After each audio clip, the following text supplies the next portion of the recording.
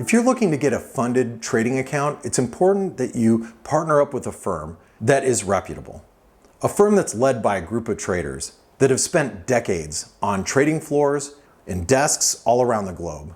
And it's important that when you take an assessment, you follow one with sensible rules that are easy to follow, that promote good risk management skills. Because ultimately as a trader, that's how you're going to succeed in the markets, is with good risk management.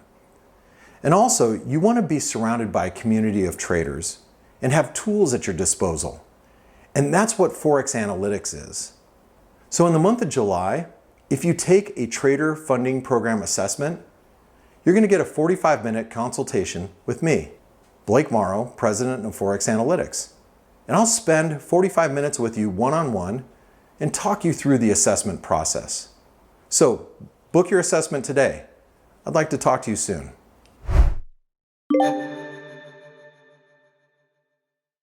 Welcome back, Luke. How are you, my friend? I am great, Dale. Thanks for having me back on. All right. Well, like Blake said, perfect guy to ask about what's happening in China with their recent, seems like the market's disappointed with what they came up with the, the preliminary, or what is it? Yeah, the whatever the 5-year plenum plan or whatever. Yeah. So copper's selling off, and it's almost like they're exporting a little bit of their deflation everywhere. What's your outlook there? I think they're going to keep kind of going steady as she goes. I think they don't think they have as big a problem and as acute a problem as the United States has.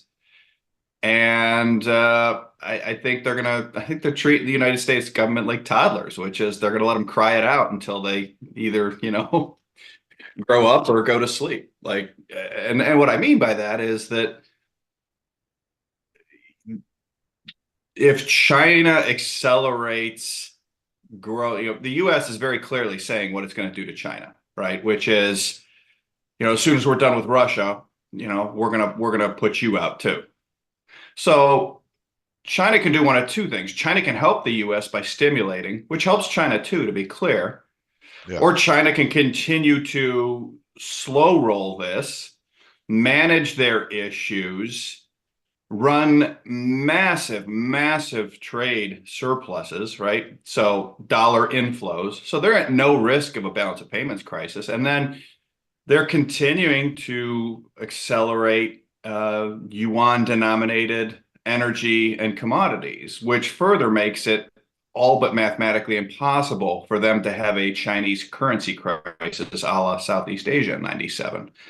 So if I'm China, yeah, as long as political stability is good, or at least workable, which it is, and at least as growth is okay, which it is, then doing anything to accelerate growth only helps the U.S., who wants to kill me. So why wouldn't I slow roll this and force Powell and Yellen to blink and into new QE, into stopping QT, into whatever it is they're going to have to do pretty soon to inject more dollar liquidity into markets, and basically throw it back on the lap of the Fed. And so I think that's what China's doing. That's what I would do if I was in their shoes. Okay, so they're just going to stay pat with what they have. What's their advantage to us blinking first and stimulating? Oh, that'll weaken the dollar. That buys them time, okay. Right? That weakens the dollar. Okay. So I want, that's a great segue, because let's talk about the dollar with the candidates that are most likely to win, that the polls are saying, regardless who's at the top of the Democratic ticket. They want a weak dollar. How does an executive branch accomplish having a weak dollar? Besides jawboning, what can the Treasury do?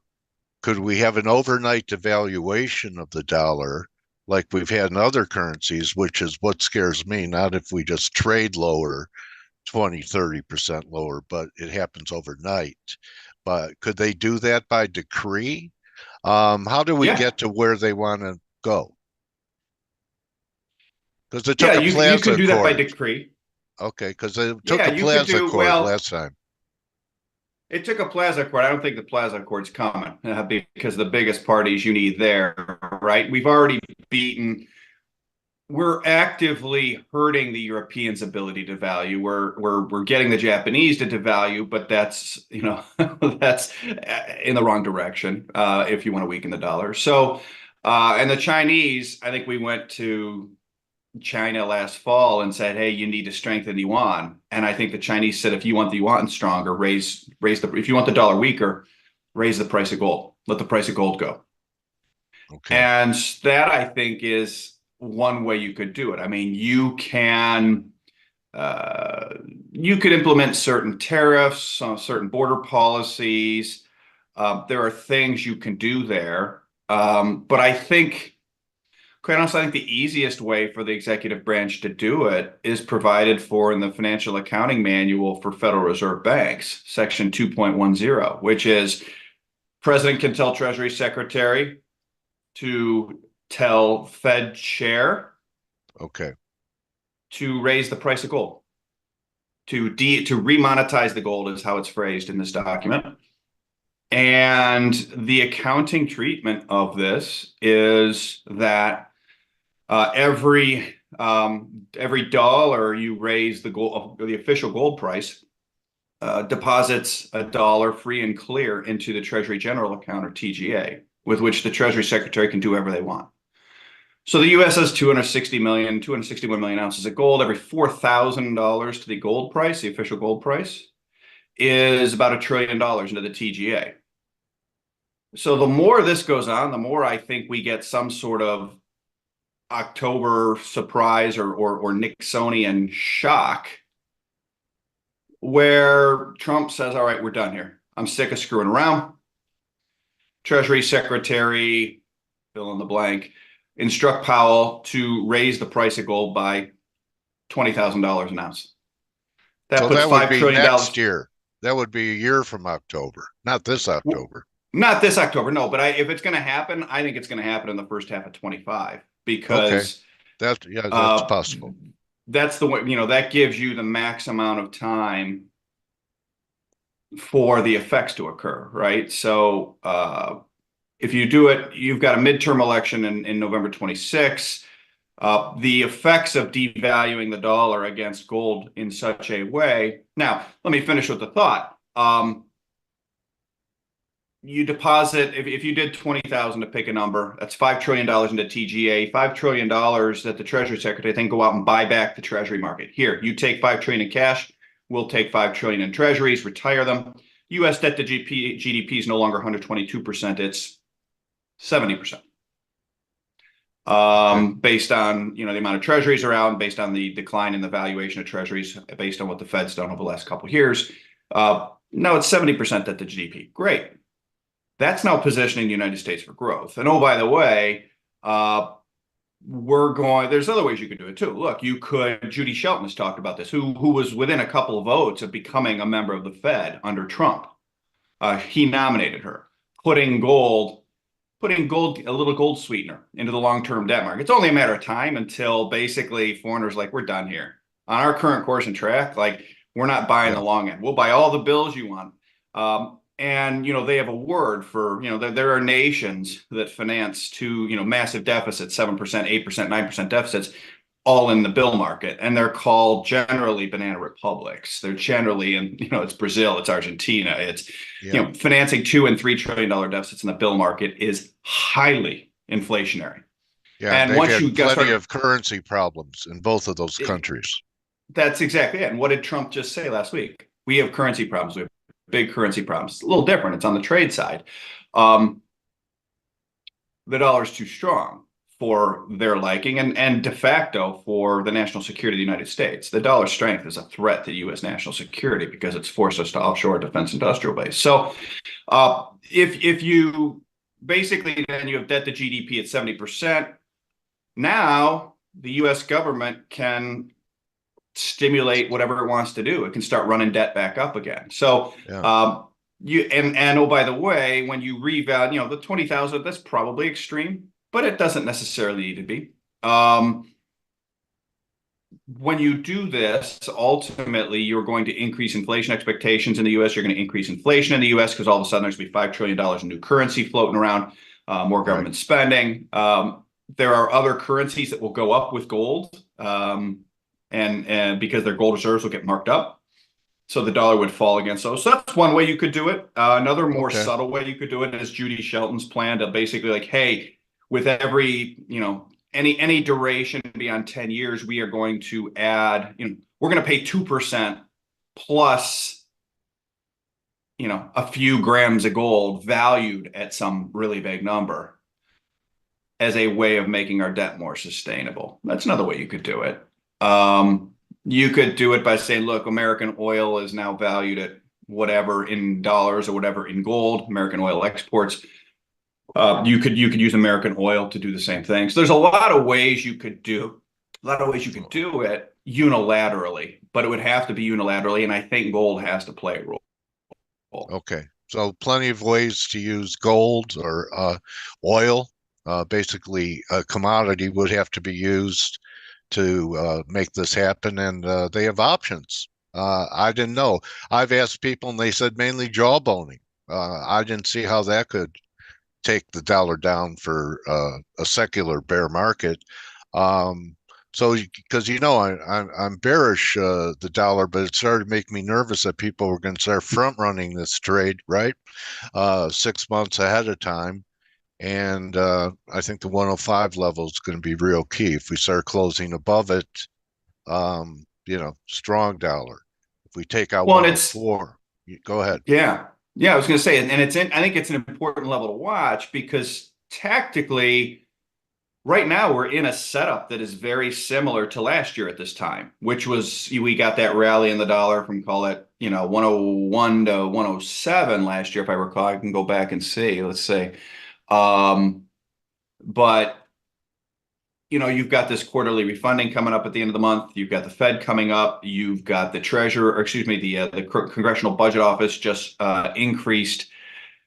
Yeah, let's see. Yeah, there's that. So if you go to July 23 through, there it is. So yeah, like 98 to 107.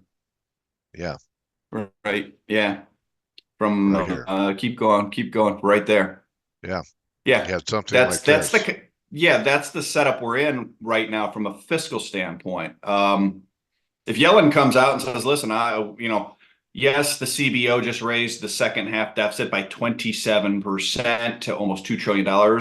And we're going to do it all at the long end, or we're going to do more at the long end, then you get a dollar breakout probably above that 105 back to the highs. And we're going to go right back to that playbook of last year at this time, which is the treasury market dysfunction, stocks sell off. Only thing that goes up for a bit is the dollar. Then gold goes up. And then eventually they come in, they inject more dollar liquidity. We go through this whole rigmarole again. Now, might they do that if they think they have no hope of winning the election? Maybe, but I think that's being too cute. I think they want to try to win the election, and having the treasury market and the stock market sort of go down 20%, like the treasury market did in the third quarter of last year. At the long end, I don't think that's helpful to winning elections. So my guess is we will get favorable liquidity in whatever it is, 2 weeks, I guess we're at now, to those, both the Fed and Treasury. But let's see. That's tactically, that's how I think that range that you outlined could play out to the up and down side, right? Okay. All right. How about tenure here, Luke? I know you're not a bond fan, but I look at this tenure, and we're trying to hold the 420 level, but taking out 420 is going to measure much lower for the tenure, and the rallies have been weaker and weaker and weaker, and it looks like we could trade back towards 350 in the 10-year. It depends what the dollar does, really, right? If the Fed comes out and says, we're going to stop QT, in 2 weeks, which I think is a possibility actually, because the plumbing is starting to require it. We're going to stop QT, and in September we're going to do one cut. Then I think 10-year yield paradoxically goes down. I think it breaks below 420, and I think and now if we ran that same chart of gold over 10-year, or S&P over 10-year, or Bitcoin over 10-year, like I think the 10-year will wildly underperform gold, S&P, NASDAQ, Bitcoin. I think all those things will rip a lot more than the 10-year on that type of liquidity injection. But purely from a 10-year, I could see that happening. So for me, the bonds, bonds, the long end especially, are just a whole lot of work for not a lot of reward, right? In terms of trying to figure it out, which is to say, like if they don't inject more liquidity, yields are going up again, and if they do, yields probably will go down a bit. But the higher octane way to play that is sort of gold, Bitcoin, stocks, NASDAQ. Okay, well, I mean, Bitcoin came back like a lion last week, but with the sell-off we had in tech stocks, Mag 7, AI, the bonds actually held. So, they didn't rally like they used to in the old days, but they didn't sell off either when we're having risk off. Is it possible if we have more risk off, we could get a rally back towards par or 110? And then this would just be a bear market rally, and then it's always possible. It's always possible, but I think there's a real message when you have, the trillions and trillions of market cap that sort of went away last week in tech, or last 2 weeks in tech. And like that's all we got in the long end. Like that's all. Good point. You know what I mean? That like it could hold. All it did was hold. I think there's starting to be a recognition by the market of sort of this the nominal growth has to be above our rates, or else the US and the West more broadly goes into a death spiral. What are you looking for GDP this week? Oh, jeez. I don't even really have a number, to be honest with you. I think it will be better than expected. I think it'll be better than expected. Okay. Simply because, April and May, for example, nominal or U.S. government outlays were up 23% and 22% year on year. So if with the government being 23% of GDP, just the government is driving a 5.1% nominal GDP growth for the entire economy, all by itself, if the other 77% of the private sector is flat. And the 77% that the private sector, I don't think it's flat. I think it's still growing a bit. There's certainly areas of weakness with commercial real estate and et cetera. And then we also have this other weird area where, look, the boomers have $116 trillion of the $166 trillion in wealth in this country, or people over age 55. So boomers and the oldest Gen Xers. And those people are spending like there's no tomorrow. And so there's this, conversion of asset price inflation that was sort of like never counted for anything. And now it's coming into the real economy at a very steady rate. So between government spending, which is really strong because rates are high, and because boomers are, the media spent 3 years telling them they're going to die sooner than they think, and now they're out spending like they're going to die sooner than they think. I don't think either of those things stop. I don't think nothing stops those things. If the Fed cuts rates, then the government outlays will slow. If the wars stop in Ukraine and all this other stuff we're doing, then that'll slow. But of course, cutting rates, I think, reaccelerates the private side. Okay, so you really don't see a recession on the horizon, do you? With everything you just mentioned? No, I don't think we're going to get a recession at all. Basically, to get a recession implied is that we have a financial crisis. Treasury yields at the long end go up, and the treasury market starts to dysfunction, and then the Fed says, nah, we're not going to do anything about it. And oh, by the way, any deposits over $250,000 in a bank, they're going to go away too. So get your money out, then we could have a recession. But failing that, you know, unless the Fed's willing to stand aside and let Treasury auctions fail, which in my opinion has less than 0% chance of happening, I don't see a recession happening at all. Okay, so what could bring about a bear market in equities? Is it? I know it's illegal for it to happen, right? But if it was legal, what would spur a bear market in equities? Could it be that earnings driven, they're compressed margins because of shipping costs and all the costs that go into that, squeezing margins now for companies? They are extremely highly valued. I mean, you look at Absolutely. you look at Nvidia. It hasn't made a new high for a while, and this was the superstar, right? Those are a Yep. couple of ugly weekly candles, the key reversal Yeah, that effect. is. So, That's and very that ugly. kind of ugly, and I know that any kind of reversal signal you get in risk are short-lived. They last a day, but I think that this has at least weeks of durability for a correction, maybe into mid-August or something. Could it be earnings, which uh, I don't know who is it, Kudlow or Kramer says it's a mother's milk for equities, our earnings, that we start getting some disappointment and people start to think that maybe the economy is slowing, even though you're not looking for a recession, that we have a growth scare? I think that we can get a growth scare, but the challenge is that, you know, with Kudlow and others is like, when was the last time we had a growth scare with debt to GDP at 122% and deficits at 7% at full employment? And the answer is Never. never.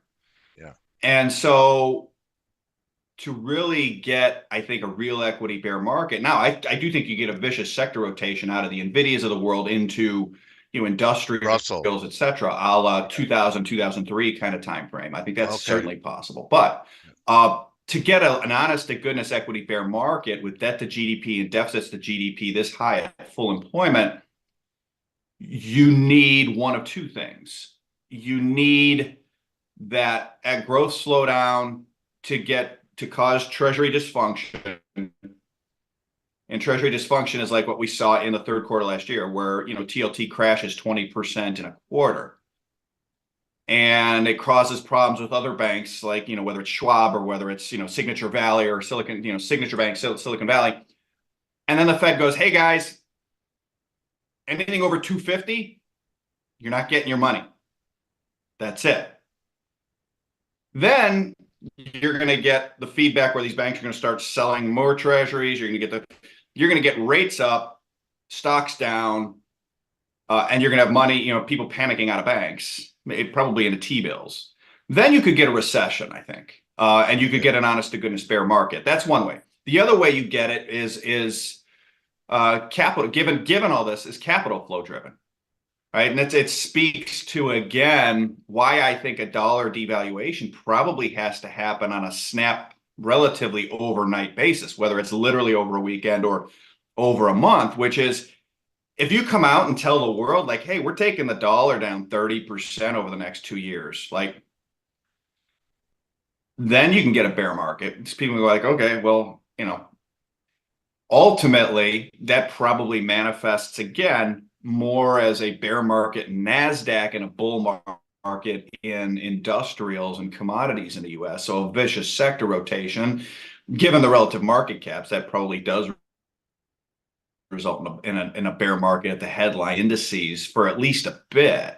So it would have to be either the Fed says, hey, we're actually going to implement austerity on the federal government by saying we're not gonna cap volatility in the treasury market like we've been doing for 5 years, by the way, right? The next repo spike goes 9-10 and the Fed goes, good luck, everybody. Enjoy your 11 to 12% mortgage rates. We get a bear market then. That ain't gonna happen, in my opinion. Well, you said but the Fed's capital flow biggest side with the nightmare. dollar. Yeah, What's that? You said the Fed's last time we talked, the Fed's biggest nightmare is a bear market in the dollar, and yields That gets it going really up. hard to control. Yeah, right. Because now your dollar down, rates up, stocks down. That's everything down.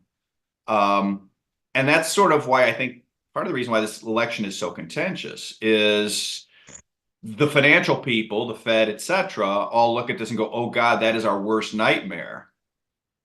And in the short run, they're 100% right. But of course, they always only look at the short run. The intelligence and defense people are saying, no, no, no, that's not your worst nightmare. Your worst nightmare is that this doesn't change. And our defense base, which is already critically dependent on China, becomes completely dependent on China. And now you have no control over anything. And, you know, you may think you do, but you have now, by offshoring, you have become a subsidiary of China Inc. Have a good day. And those are the two, I think, tectonic forces at work in this election. And why it's so contentious is nobody wants to take that pain in the dollar in the short run and risk those capital flow issues when ultimately it's the right thing for the U.S., right? It's a vicious sector rotation. It's bad for Wall Street. It's bad for Washington, certain interests. It's really good for America to weaken the dollar. Keeping the dollar where it is really good for Wall Street. It's really good for certain Washington interests. It's really bad for America. You had a few tweets about hillbillyology, Luke, and guys like Larry Summers read it, said he learned about economics by reading that book. He learned some things. So the message from Vance's life translated into policy is going to be a big change from what we've had for decades, isn't it? Can you explain if he has influence over Donald Trump in being a vice president? Usually they don't have that type of influence, but I would think that former President Trump picked him because he may agree with a lot of these policies. Yeah, I think that's right. I think if you look at Vance has made it very much a point to point out the dollar as having a resource curse. His words, not mine. In other words, dollar Dutch disease, which is something I've talked about for a long time using phraseology from the FT, Financial Times. But it's basically, we are the Saudi Arabia of money. And when you have Dutch disease, you get some sort of resource curse where the rest of your economy shrivels relative to that resource abundance. And in the same way, having the reserve currency, it's great in the short run and it's terrible. It drives sclerosis in the rest of your economy other than Wall Street, banking, and your central government. And that's exactly what's happened. And so I think Vance pointing that out, there was an exchange he had with the Fed chair, Powell, about a year and a half ago, where he flat out said, I'm not sure the dollar's reserve status is a good thing for America anymore, which is blasphemy, of course. But I think Vance is likely to continue to push that view. And I think again, it comes down to the defense national security establishment in the United States has known this for over a decade. They've been talking about this for over a decade. And so I think Trump and Vance are merely the manifestation of that. Okay, so whether or not we have one rally first, Luke, maybe you're thinking maybe something like this is happening from here. It could take us a 110 or so. I'd be surprised if it gets to 110, to be honest. I think it gets to, on that chart, maybe 105, 106, because we've seen, we've already been there. Yeah, maybe 107. But remember, 107 last year basically blew up the treasury market. Right. 107 on the DXY saw TLT down 20% in a quarter. And that kind of thing will happen again, I think, given if we get that kind of rally. So, I don't think I think the upside downside is still attractive here. I fully readily concede you could get that sort of bounce in the dollar from here tactically, just because we don't know what Yellen and the Fed are going to do. We can see that the dollar liquidity issues are rising again. We can see all of that. We just don't know how they're going to respond in the very short run. In anything beyond the very short run, we know exactly what they're going to do, which is weaken the dollar to keep the treasury market functioning. And that's if Trump loses. If Trump wins, Like I think it's a very, away from the very tactical around this QRA at the end of the month and this Fed meeting at the end of the month. You've got I think, 107 upside risk to the DXY and, you know, Under 90, 104. 95 on the downside. Yeah, that's what I'm looking for. So I'm, last time we talked, we were up here, I was bearish. Yeah. And I'm going to try it here, regardless of what the political dialogues are, because if we fail from these broken trend lines, I can come up with your target. You're talking 95, right? So Exactly. Yeah. all right, so 107 or 106 to 100. Take out 100, there's your 95. If you really Yep. want to get bearish a dollar, you take it from here at 114 and a half.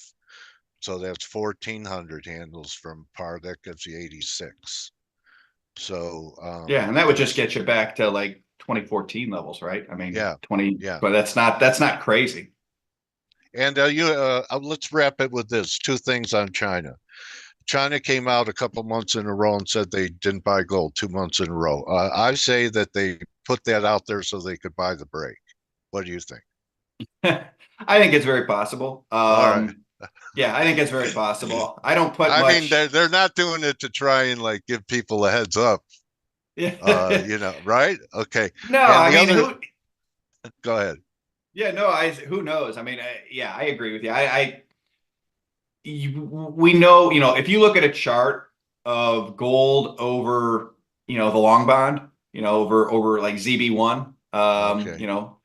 if you look at that chart, it tells the story, right? Gold divided by ZB1 is so powerful. And Louis Gabb's father, said back in 2018, like gold versus the long bond is the line I'm watching. And if China's winning, gold's going to go up versus the long bond, and if China's losing, the long bond's going to go up versus gold. And it is so crystal clear. Not only is gold winning massively versus the long bond, but it's starting to hockey stick. And so, in the short run, is China taking a pause to, let the chart come to them? Are they letting other trading partners buy some up? I mean, I think one of the biggest stories that is nobody's talking about is that Swiss exports of gold to the Middle East, the Gulf Coast countries, has gone from, basically nil 3 years ago to 110 metric tons a year, like a year and a half ago, to it's running 300 to 350 metric tons a year over the last Wow. 6 months. So all of a sudden, the GCC nations are taking down 7, 8, 9% of global mine supply annually. So we know what they're selling. We know what they're selling to create the trade surpluses to buy that gold. And Yeah. we know the message of buying gold because their treasury holdings, generally speaking, have been trending down. So they're selling treasuries, they're buying gold with oil, and the oil market is a cool 12 to 15 times the size of the physical gold market globally. So like it doesn't take much oil bidding for gold for the gold to oil ratio to just keep rising. So I don't really, to me, the BRICS currency is gold. That people have been looking for what that is. That's what it is. It's gold. It's gold. And to the Okay. extent you're going to net settle trade in gold amongst the BRICS, gold doesn't have the right digit in front of it. Okay. And I know a lot of gold people are looking for a signal when comparing gold to stock market indexes, where gold begins to outperform. Not that they both go up together and go down together, but the fact that money flow will show that compared to stocks, which might be starting to happen here. I think we're getting close to where gold becomes really the magnet for money compared to the stock market. The stock market has been. So that's another big ratio that people are watching. And we're almost That there. makes sense, right? That's how I think you get your bear market. People saying, "Hey, are we going to get bear market in stocks in dollar terms?" It's going to be real hard. It'll have to be capital flow driven, basically. But can we get a bear market in stocks in gold terms? I think that is highly likely. That I completely agree with.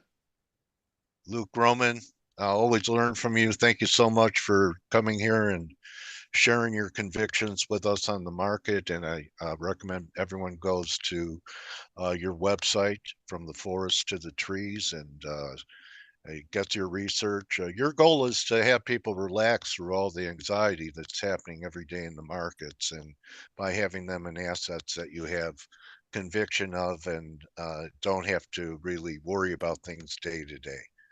You don't want people to have to live that kind of life, so you're guiding them through the confusion, and it's even confusing for professionals like us. So Absolutely. yeah, great job, Luke. And people check Luke's work out, and maybe you could be a little bit more relaxed about your financial affairs as well. Luke Gromen, thank you for being here today, buddy. Thanks for having me on. Absolutely. We'll talk with you All soon, my right. friend. All right. All right. Luke Take care. Gromen, everyone. Find him on X under his name at Luke Gromen. Have a great day. Join the team in about 7 minutes on the Morning Edge. We went a little over. Hope you enjoyed Luke. I always learn from Luke every time I have a conversation with him. Okay, Marcus, you're very welcome. And he also has a YouTube channel that you could catch. And that's a wrap. See everyone for Turnaround Tuesday. I'm figuring Turnaround Tuesday could be the time to fade S&Ps. So, but my preferred short's NASDAQ, which is twice as strong as S&Ps today. All right, everyone, take it easy. Blessings to you, Sinatra. Adios. Hey traders, this is Blake Morrow with Forex Analytix. Thanks for stopping by our YouTube channel. Don't forget to like these videos, share them, and subscribe to our channel so you don't miss any of the content that we provide here for free. Thanks for stopping by. I'll see you in the next video.